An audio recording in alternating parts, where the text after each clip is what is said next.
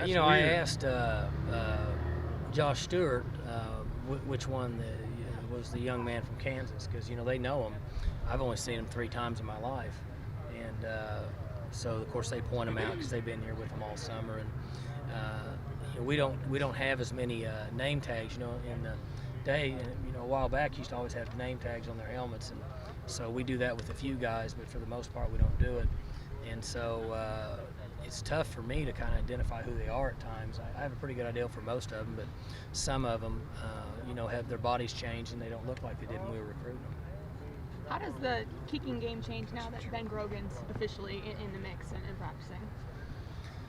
Well, our schemes haven't changed at all, but he's getting reps and kicking. He has an opportunity to kick in the first game. You said having a tough opener will cause you to pick up the pace earlier. You know, like how much earlier, at what point you will pick up the pace?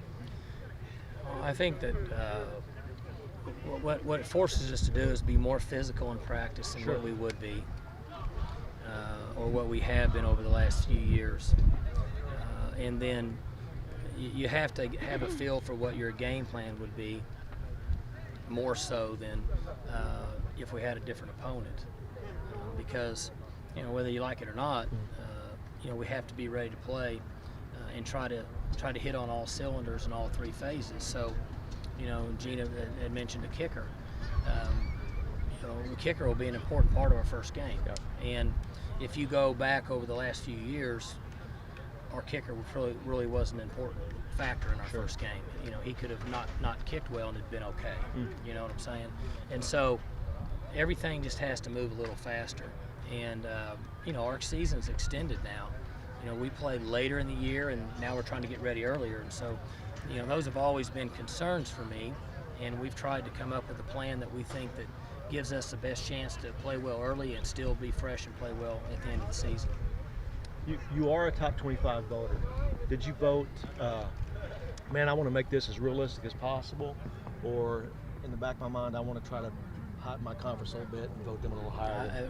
I did it years ago, and I stopped doing it for a while because I didn't feel like that I was spending enough time in being a qualified voter because I was calling plays. Sure. And I got out of it.